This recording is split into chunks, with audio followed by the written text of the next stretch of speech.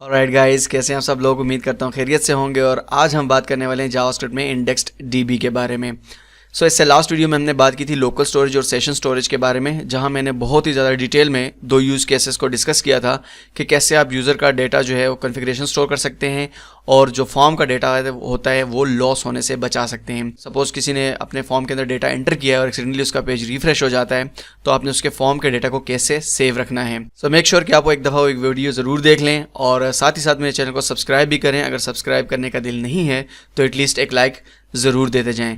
आज हम बात करेंगे इंडेक्स्ड डीबी के बारे में। ये भी क्लाइंट साइड स्टोरेज है, क्लाइंट के एंड पे आप चीज़ों को स्टोर कर सकते हैं। अब मोस्टली सीखते वक्त लोगों के जहन में ये बात होती है कि शायद इंडेक्स डीबी कोई नई चीज़ है, या शायद ऐसे हो सकता है कि इंडेक्स्ड डीबी जो है वो बहुत रेयर यूज़ होगा। तो ऐसा बिल्कुल नहीं है। इंडेक्स डीबी बहुत ज़्यादा यूज़ हो रहा है। आपके जो हाई लेवल ऐप्स हैं, वेब ऐप्स, वो कन्फिग्रेशंस जो हैं बहुत ज़्यादा इंडेक्स डीबी के अंदर स्टोर कर रही हैं। इवन के आपके जो फाइल्स होते हैं पूरे के पूरे JS, वो फाइल्स इसके अंदर स्टोर करके उसको ऑफलाइन लोड करवा रही हैं। आपका नेट मौजूद है या नहीं, वो पूरी की पूरी फाइल आपकी बैकएंड से लोड हो रही है। बात करते हैं फाइल अगर इसके अंदर हम स्टोर करते हैं तो इसके स्टोरेज के ऊपर बात आती है कि क्या ये भी लोकल स्टोरेज या सेशन स्टोरेज की तरह है। तो ऐसा बिल्कुल नहीं है। लोकल स्टोरेज और सेशन स्टोरेज के अंदर जो आपके स्पेस है वो लिमिटाइज्ड है, यानी आप 10 MB तक या 2.5 MB तक या 5 MB तक इस तरह यूज़ कर सकते हैं based on different browsers. But index dB के अंदर ऐसा कुछ भी नहीं है।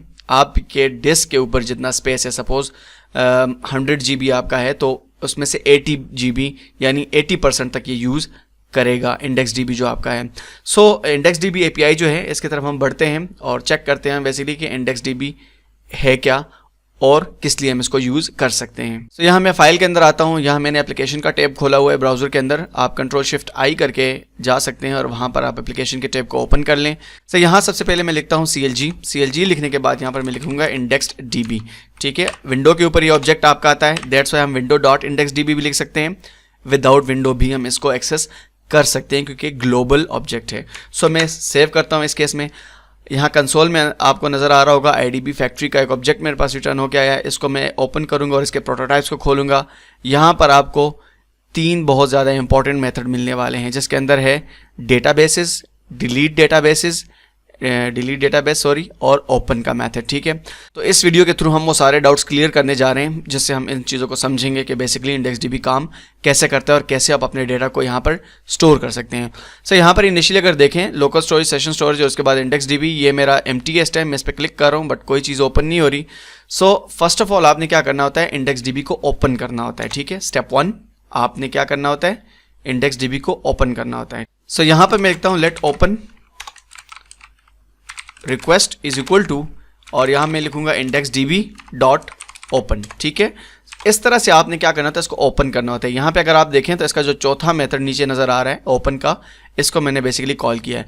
अब ये 2 चीज़ें एक्सेप्ट कर रहा है। अगर आप देखें नेम जो कि स्ट्रिंग में होना चाहिए और वर्जन।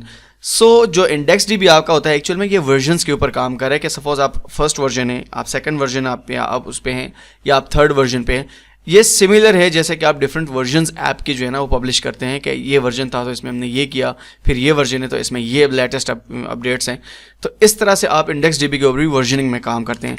यहाँ पर सपोज मैं लिखता हूँ कॉलेज डीबी, मैंने कॉलेज डीबी लिखा। आप यूज़र से रिलेटेड कोई भी डेटाबेस बना सकते हैं, किसी तरह का भी फाइल्स के लिए अपना डेटाबेस बना सकते हैं, कोई ऐसा रिस्ट्रिक्शंस नहीं है। ठीक है, सेकंड आर्गुमेंट में आपने नंबर डेटा टाइप का एक वर्जन यहाँ पर देना होता है। 0 आप नहीं दे सकते, 0 से प्लस में आप देना होता है। ठीक है, पॉजिटिव इंटीजर होना चाहिए, 1 2 3 4 5 एंड सो ऑन। ठीक है, मैं फर्स्ट ऑफ ऑल 1 देता हूँ यहाँ पर, और सेकंड लाइन में जाकर हम यहाँ सिंपल प्रिंट करेंगे CLG ओपन रिक्वेस्ट। अब इस ओपन रिक्वेस्ट के ऊपर हमें बहुत सारे मेथड्स मिलने वाले हैं। सिंपल मैं इसको कंसोल लॉग किया, और अब अगर आप देखें तो इंडेक्स डीबी के अंदर मेरा कॉलेज डीबी यहाँ बन चुका है। ये मेरा डेटाबेस है। ठीक है, मेरा ओवरऑल डेटाबेस इस टाइम बन चुका है। मैंने क्लिक किया इसके ऊपर, आपको यहाँ पे नज़र आ रहा है ओरिजिन मेरा ये है, बकेट नेम इसका डिफ़ॉल्ट है, इज़ प्रेसिस्टेंट नो, फिलहाल ये प्रेसिस्टेंट नहीं है। ठीक है, ड्यूरेबिलिटी इसकी स्ट्रिक्ट है, कोटा जो है वो 0 बिट है क्योंकि अभी तक हमने कोई डेटा स्टोर नहीं किया, और वर्जन अगर आप यहाँ पर देखें तो 1 चल रहा है हमारा। ठीक है, इस टाइम वर्जन 1 चल रहा है। ऑब्जेक्ट स्टोर्स 0 है। ऑब्जेक्ट स्टोर्स बेसिकली आपके जो टेबल्स होते हैं उनको ऑब्जेक्ट स्टोर्स यहाँ पे कहा जाता है। ठीक है, हर टेबल आपका एक ऑब्जेक्ट स्टोर होता है जो कि ऑब्जेक्ट्स को स्टोर करता है। I hope you are getting the point. Object stores आपका एक टेबल होता है और उसके अंदर आपके ऑब्जेक्ट स्टोर होते हैं। सो ऑब्जेक्ट स्टोर मेरे पास इस टाइम 0 है क्योंकि अभी तक कोई ऑब्जेक्ट स्टोर मैंने इसके अंदर नहीं बनाए। यहाँ नीचे ऑप्शन है दो, रिफ्रेश डेटाबेस और डिलीट डेटाबेस। आप इन ऑप्शंस को यूज़ करके डेटाबेस को डिलीट कर सकते हैं।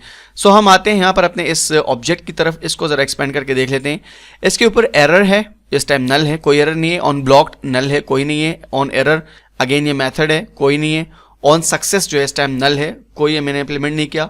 ऑन अपग्रेड नीडेड, अच्छा ये जो लास्ट वाले जो मैंने लास्ट वाले 3 मेथड आपको बताए ना, ऑन एरर, ऑन सक्सेस और ऑन अपग्रेड नीडेड, ये बहुत ज़्यादा इंपॉर्टेंट है।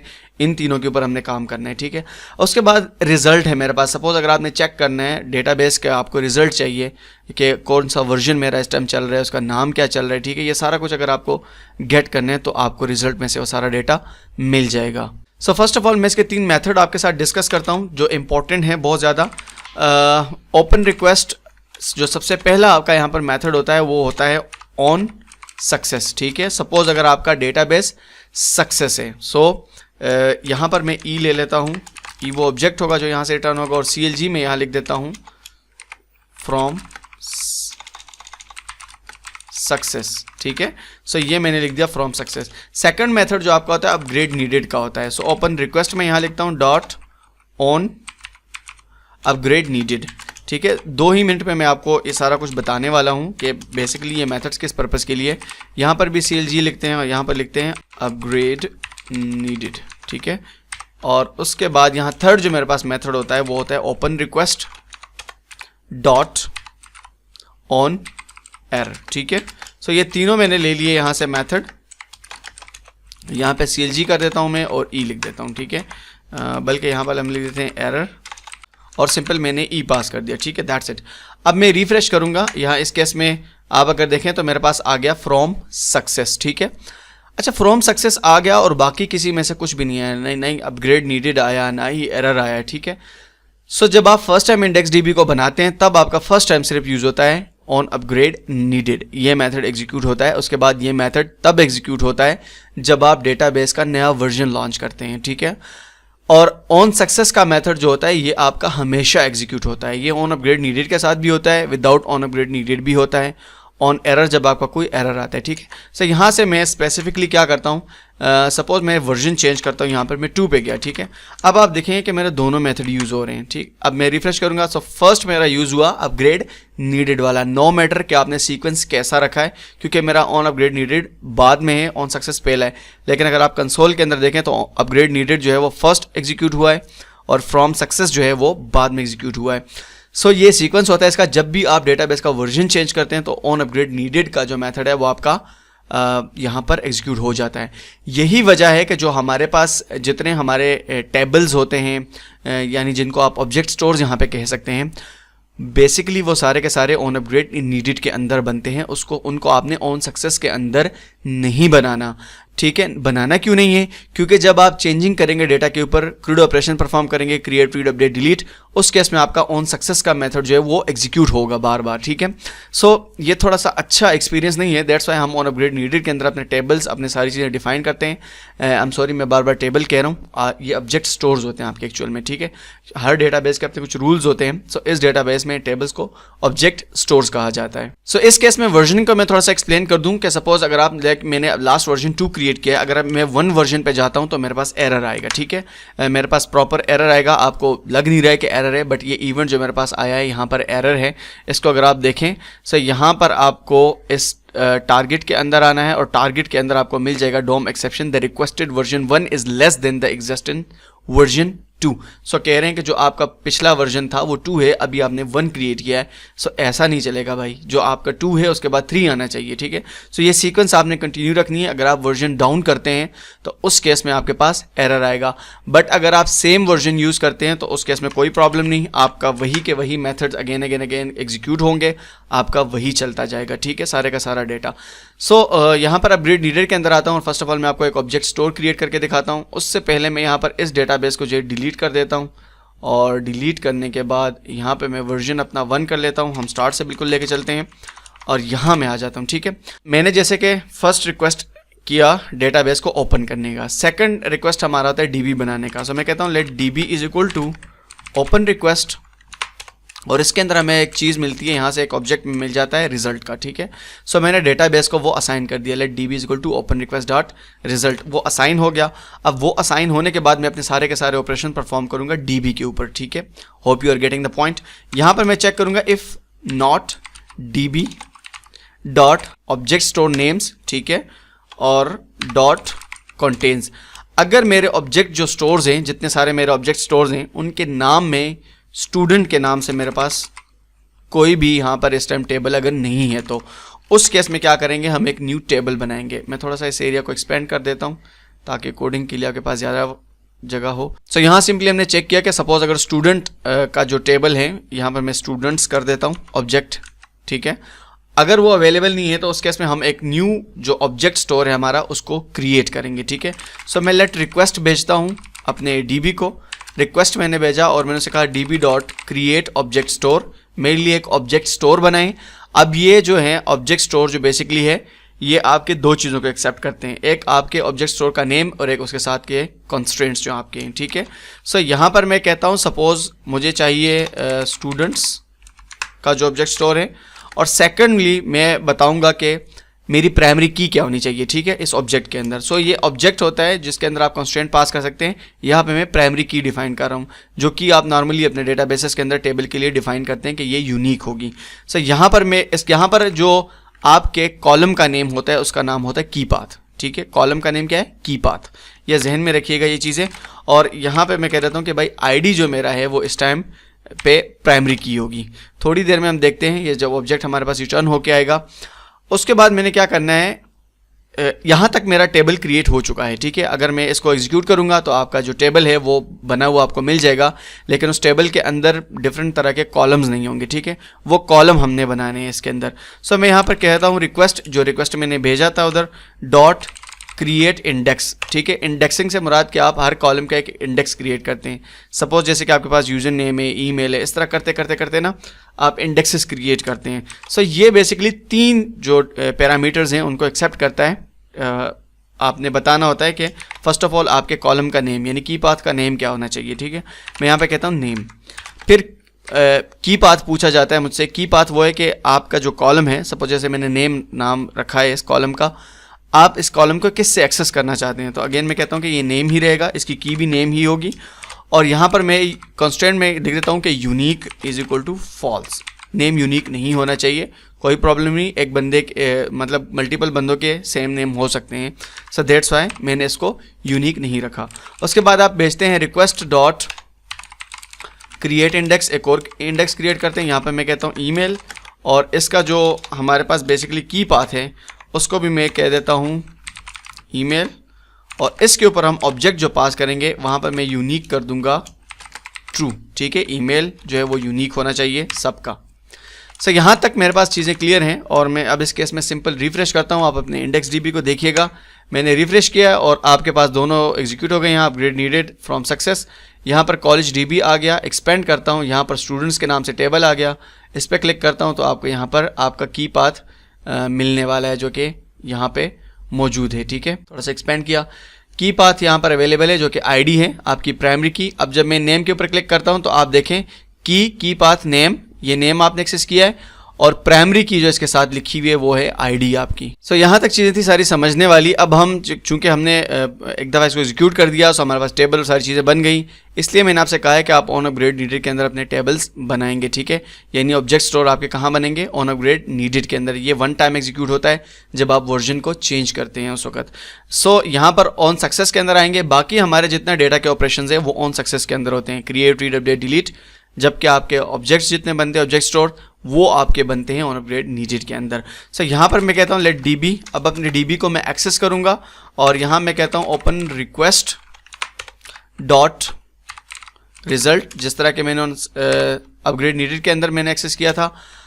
और यहाँ पर फर्स्ट ऑफ ऑल हम ट्रांजेक्शन स्टार्ट करेंगे। सो ट्रांजेक्शन सेट ऑफ मतलब मल्टीपल स्टेप्स का एक सेट होता है जो ट्रांजेक्शन आपको एश्योर करवाता है कि आपके सारे के सारे प्रोसेस जो हैं वो सक्सेसफुली एग्जीक्यूट हो गए हैं। जिस तरह कि आप बैंक जाते हैं, ट्रांजेक्शंस करते हैं, बिल्कुल सिमिलर ही है कि सपोज आपने अपना कार्ड इंसर्ट किया ATM के अंदर, आपने अमाउंट इंटर की, सारा कुछ इंटर हुआ। सो अब तब तक आपके अकाउंट से पैसे नहीं कटते, तब तक ट्रांजेक्शन डन नहीं होती जब तक सारे के सारे स्टेप्स फुलफिल्ड ना हो। इसी तरह के ट्रांजेक्शन यहाँ पे भी है। सो हम कहते हैं let transaction is equal to db dot transaction, और ये ट्रांजेक्शन जो बेसिकली होता है आपके स्टोर का नेम ये लेता है कि आपके सपोज जिस टेबल के ऊपर आप काम कर रहे हैं उसका नाम क्या है, और उसके साथ साथ आपको किस तरह से उसको एक्सेस करना चाहते हैं, रीड मोड में, राइट मोड में, किस मोड में आपने एक्सेस करना है। ठीक है, सो मैं यहाँ पर कहता हूँ कि स्टूडेंट्स का टेबल है मेरा और उसको मैं एक्सेस करना चाहता हूँ रीड राइट मोड में। आपके पास रीड ओनली भी है, सिर्फ डेटा रीड होगा,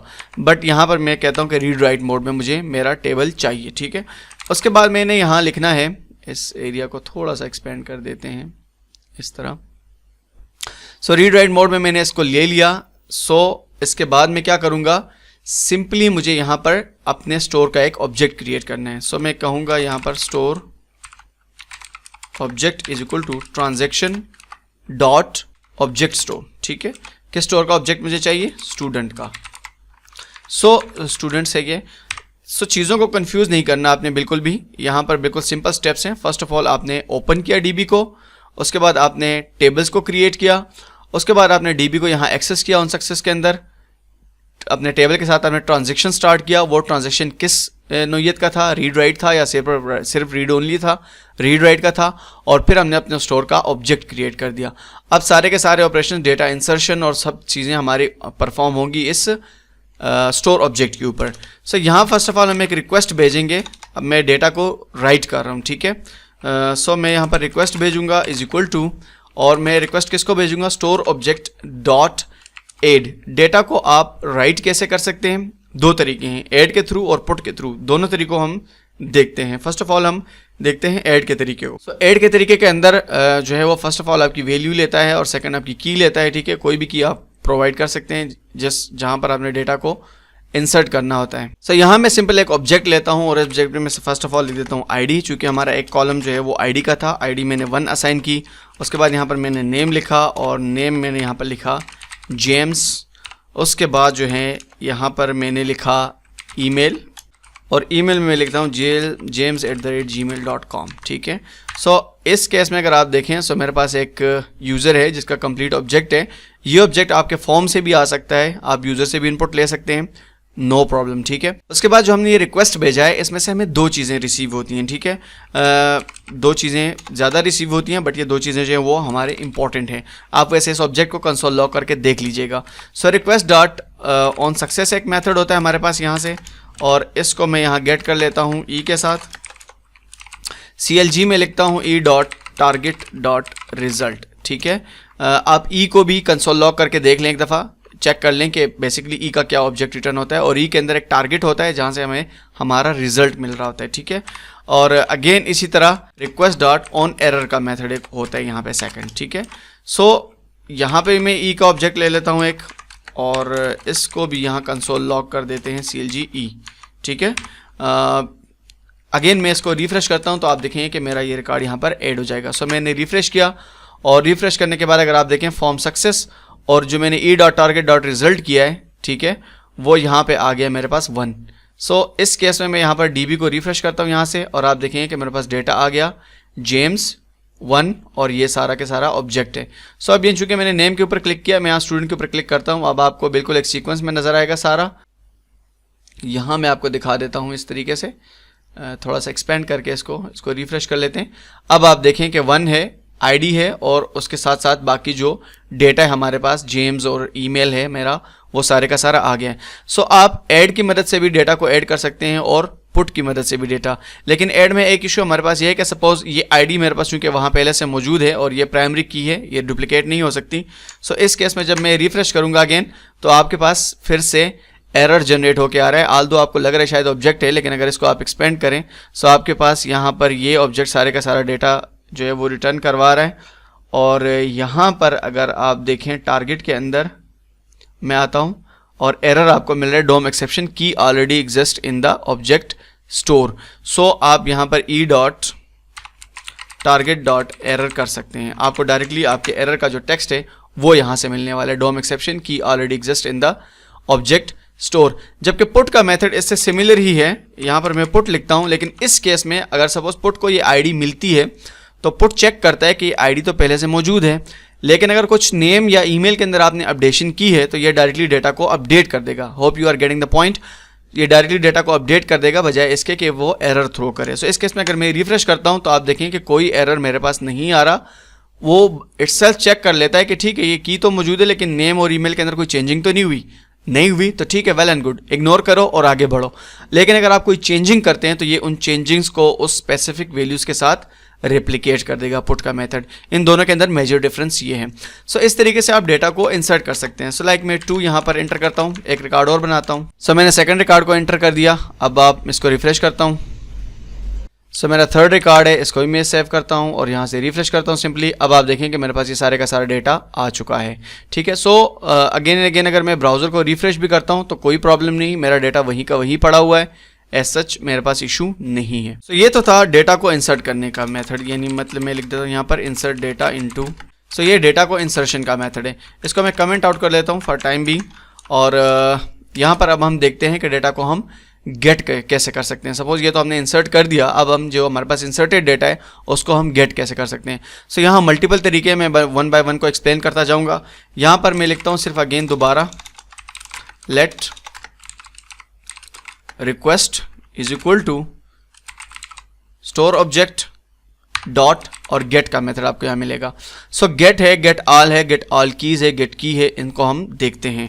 सो गेट का मेथड होता है ये बेसिकली आपके यहाँ पर आपकी रेंज को भी एक्सेप्ट करता है, की के रेंज को। यानी सपोज आपको रिकॉर्ड 1 से लेकर 5 तक चाहिए, 18 से लेकर 20 तक चाहिए। एम्प्टी जब आप करेंगे सो उस केस में ये एग्जीक्यूट नहीं होगा, एरर देगा आपको। बट आप कोई भी वैल्यू यहाँ पे पास कर सकते हैं। सपोज मैंने 1 किया, अब इस केस में मुझे 1 रिकॉर्ड मिलने वाला है। सो मैं रिफ्रेश किया, यहाँ देखिए आप मेरे पास e.target.result लिखा हुआ है, वो रिजल्ट मेरे पास जनरेट होके यहाँ आ गया।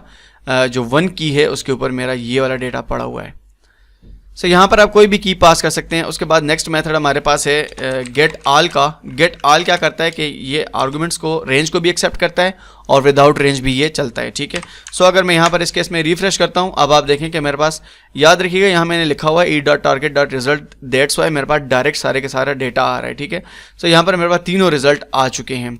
ये गेट ऑल का मेथड करता है। उसके बाद यहाँ पर आप रेंज भी डिफाइन कर सकते हैं, अपर लिमिट लोअर लिमिट भी डिफाइन कर सकते हैं। सपोज मैं कहूँ कि मुझे 2 से 5 तक रिकॉर्ड चाहिए तो मुझे लिमिट भी मिल सकते हैं। ठीक है। यहाँ पर मैं सिंपल लिख देता हूँ IDB रेंज की रेंज डॉट बाउंड। ठीक है। इस तरह से आप बाउंड करते हैं और ये मेथड बेसिकली आपके अपर लिमिट और लोअर लिमिट को एक्सेप्ट करता है। सो लोअर एंड अपर लिखा हुआ है, आप दे सकते हैं। सपोज मुझे 2 से 3 तक का डेटा चाहिए। ठीक है। सो मैंने अपर लिमिट लोअर लिमिट दोनों इसको अप्लाई कर दिए। अब मैं रिफ्रेश करता हूँ। इस केस में आप देखें मेरे पास 2 ही रिकॉर्ड्स आए और वो भी जो मेरे ID2 है और ID3 है। सो आप इस तरह से इसके अंदर अपने जो रेंजेस हैं वो डिफाइन कर सकते हैं IDB की रेंज डॉट बाउंड करके गेट ऑल के मेथड के अंदर। नेक्स्ट मेरे पास है की का मेथड, सारे जिससे मुझे सारी की सारी कीज मिल जाएंगी, डॉट गेट ऑल कीज। और इसके अंदर भी आप रेंज भी दे सकते हैं, आप विदाउट रेंज भी कर सकते हैं, नो प्रॉब्लम। सो यहाँ पर सिंपल मैं रिफ्रेश अगर करता हूँ तो आप देखें मेरे पास सारी की सारी कीज आ गई 1 2 3, जो मेरे ID का कॉलम है जहाँ पर मैंने यूनिक कीज पास की हुई हैं। सो मुझे यहाँ से सारी की सारी कीज मिल गई। उसके साथ साथ गेट ऑल कीज के बाद मेरे पास है डॉट गेट की का मेथड। और गेट की का मेथड भी उसी तरह काम करता है जिस तरह सिंपल गेट का मेथड काम करता है। यहाँ पर आप बता सकते हैं कि कौन सी की आपको चाहिए। सपोज मुझे 2 चाहिए, उसके बाद मैंने रिफ्रेश किया और अब आप देखें कि मेरे पास यहाँ नीचे 2 आ गया कंसोल के अंदर। आप स्ट्रिंग नेम को भी जो है वो यहाँ गेट कर सकते हैं। सपोज मैं गेट लिखता हूँ यहाँ और आप कोई भी नेम, सपोज अगर नेम का कॉलम आपने एज ए की रखा हुआ है तो यहाँ मैं जेम्स पास कर लेता हूँ। उसके बाद जो जेम्स का रिकॉर्ड है वो मुझे सारे का सारा मिलने वाला है। यहाँ पे अनडिफाइंड आ रहा है। अनडिफाइंड का मतलब है कि हमने इस जेम्स के कॉलम का कोई इंडेक्सिंग नहीं बनाई। ठीक है। सो जब हम इंडेक्सिंग बनाएंगे तो मैं कहता हूँ let index is equal to store object dot index. और किसको मुझे इंडेक्स बनाना है? नेम को। ठीक है। सो नेम को अगर मुझे इंडेक्स बनाना है, अब इस केस में मेरा नेम जो है वो इंडेक्सिंग बन गया सारे का सारा। सो यहाँ पर अब मैं कहूँगा इंडेक्स डॉट गेट। ठीक है। इंडेक्स डॉट गेट और मुझे जेम्स चाहिए। सो मैं इस केस में रिफ्रेश करूँगा। अब आप अगर देखें मेरे पास रिकॉर्ड आ गया है जेम्स का। सो जो कॉलम आपका बाय डिफ़ॉल्ट की के साथ है उसको आप डायरेक्टली एक्सेस कर सकते हैं, लेकिन जो नहीं है उसकी आपने इस तरह की इंडेक्सिंग करनी है। I hope you are getting the point. आपका ये पॉइंट भी क्लियर हो गया। बढ़ते हैं हम आगे, यानी डेटा को अपडेट करने के बारे में। सो अपडेट का जैसे कि मैंने आपको थोड़ी देर पहले कहा कि आप पुट का मेथड भी यूज़ कर सकते हैं, आप ऐड का मेथड भी यूज़ कर सकते हैं, उसमें आपको की पास करनी होती है। लेकिन अगर पुट के मेथड में यहाँ पर मैं कहूँ, लाइक हम कोई भी नाम लिख देते हैं, जैसे मैं लिख देता हूँ रोहान, ठीक है, और यहाँ मैंने रोहान कर दिया। सो पुट का मेथड मैंने आपको स्पेसिफिकली इसलिए बताया कि डेट के मेथड के ऊपर अगर आपको आईडी सेम मिलती है सो वो एरर जनरेट कर देता है कि भाई ये आईडी पहले से मौजूद है, कुछ और ट्राई करें आप। लेकिन पुट के मेथड में वो देखता है कि हाँ भाई ये आईडी मौजूद है, कॉलम्स में कोई चेंजिंग तो नहीं हुई, वैल्यूज चेंज तो नहीं है। अगर वैल्यूज चेंज नहीं है तो वो कहेगा ठीक है भाई स्किप कर दो और आगे बढ़ो। लेकिन अगर सपोज आपकी वैल्यू चेंज है तो उस केस में क्या होगा, वो उस स्पेसिफिक आईडी के ऊपर उन वैल्यूज को रेप्लिकेट कर देगा, सिंपल। सर यहाँ मैंने रिफ्रेश किया और अब आप देखें कि मेरे पास 3 नीचे कंसोल में रिटर्न होके आ गया है। यहाँ पर मेरा ऑब्जेक्ट जो है वो रुसल लिखा हुआ है और इसको मैं रिफ्रेश करता हूँ यहाँ से, तो अब आप देखें कि यहाँ रोहान हो गया, rohan@gmail.com। सो ये सारे का सारा प्रोसेस है आपका अपडेट करने का, आप इस तरीके से अपडेट कर सकते हैं। सो फाइनली मेरे पास जो चीज़ बची है वो है डिलीट का प्रोसेस, और डिलीट हम बिल्कुल सिंपली कर सकते हैं। लेट मैं लिखता हूँ यहाँ पर डिलीट, ठीक है, हमने कोई रिक्वेस्ट किया, let request is equal to store object dot delete. So delete के मेथड में सिंपली आप अपने जो वैल्यू है, अपनी की है, उसको पास करें। अगर सपोज आपने की नहीं, कोई नेम से डिलीट करना है तो मैंने आपको इंडेक्स बनाने का तरीका बता दिया, उस तरीके से आप इंडेक्स बनाएं और वह इंडेक्स यहाँ पे पास कर दें, दैट्स इट, आपका जो है वो डिलीट हो जाएगी वैल्यू। उसके बाद यहाँ मैं लिखता हूँ सपोज मुझे थर्ड वाले को डिलीट करना है, ठीक है। सो थर्ड वैल्यू को यहाँ पर मैं डिलीट करता हूँ और थर्ड वैल्यू को डिलीट करने के लिए मैं सिंपल यहाँ पर करता हूँ रिफ्रेश। अब आप देखें यहाँ पर ये ऑब्जेक्ट अनडिफाइंड रिटर्न करता है। यहाँ से मैं रिफ्रेश करता हूँ, आप देखें मेरे पास जो मेरी यहाँ पर मेरी वैल्यू थी थर्ड नंबर पे वो जा चुकी है। इसके ऊपर आप ऑन सक्सेस और ऑन एरर लगा सकते हैं, लेकिन e.target.result नहीं कर सकते आप। इसमें e.target.result को मैं हटाता हूँ सिंपल, और यहाँ से हम अब 2 को पास कर देते हैं, यानी सेकंड वैल्यू को। मैं रिफ्रेश करता हूँ, अब आप देखें कि मेरे पास ऑब्जेक्ट आ गया और उसका टाइप जो है वो सक्सेस है, इस ट्रस्टेड ट्रू है, और आपको बाकी सारे का सारा डेटा यहाँ से मिलने वाला है कि आपने एक जो आपकी वैल्यू थी, जो एक ऑब्जेक्ट था, उसको आपने डिलीट कर दिया। सो सिंपली यहाँ मैं रिफ्रेश करता हूँ, अब मेरे पास सेकंड वाला भी खत्म हो गया है। ऑलराइट, सो आपने चारों के चारों प्रोसेस देख लिए कि कैसे आप डेटा को गेट कर सकते हैं, कैसे अपडेट कर सकते हैं, कैसे आप बाकी के सारे प्रोसेस कर सकते हैं। वीडियो को अभी आपने स्किप नहीं करना, आपको मैं एक लास्ट मेथड बताने वाला हूं जो कि बहुत ही ज़्यादा काम का है, जिसके थ्रू आप आइट्रेट कर सकते हैं मल्टीपल वैल्यूज़ को गेट करना, ठीक है। लाइक सपोज एक ही दफ़ा मुझे सारे रिकॉर्ड चाहिए 1 by 1, सो उसके लिए आप क्रिएट करते हैं यहाँ पर कर्सर। सो मैंने यहाँ पर 3 किया और इसको मैंने सिंपल रिफ्रेश किया, ये 3 की वैल्यू मेरी स्टोर हो गई, और यहाँ पर मैं ऑब्जेक्ट 2 कर देता हूँ और यहाँ पर मैं लिख देता हूँ शैम्स। ऑलराइट, सेव करते हैं और सेव करने के बाद सिंपल इसको रिफ्रेश करते हैं। यहाँ पर मेरे पास तीनों रिकॉर्ड्स आ गए। सो कर्सर बेसिकली करता है क्या है कि कर्सर आपका डेटा गेट करने में हेल्प करता है, लेकिन 1 by 1 ये सारे के सारे रिकॉर्ड्स को गेट करता जाता है। कर्सर के लिए आपने क्या करना है, यहाँ पर आपने लिखना है सिंपल लेट रिक्वेस्ट, हम उसी तरह से करेंगे, is equal to store object dot open cursor, ठीक है। सो आपका कर्सर ओपन हो जाएगा।